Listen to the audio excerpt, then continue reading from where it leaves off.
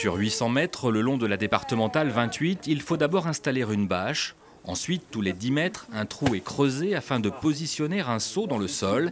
Et voilà une barrière piège pour les amphibiens, aussi appelée crapodrome. L'idée est simple, c'est en fait au moment de la migration, les amphibiens vont chercher à traverser pour aller rejoindre les mares des Landes de la Poterie. Et ils vont se heurter à cette bâche et tout simplement ils vont chercher à traverser malgré tout, ils vont tomber dans les seaux. Et donc tous les matins des bénévoles se relaient pour les faire traverser.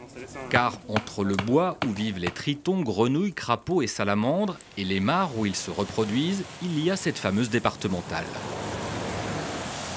Forcément, quand il y a une route, notamment une route passante comme on le voit ici, à un moment il y a conflit.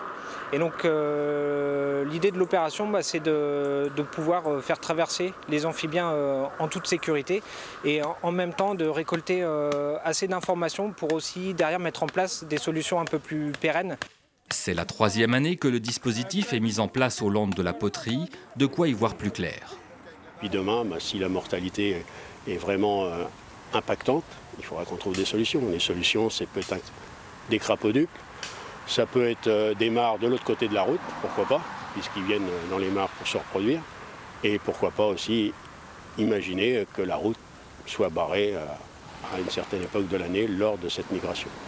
En attendant, jusqu'au mois de mars, les bénévoles vont se relayer chaque matin à l'aube pour compter et aider les amphibiens. L'an dernier, 1654 individus ont ainsi été accompagnés avec un pic fin décembre, début janvier, au moment où l'hiver s'est fait plus doux. C'est bon ?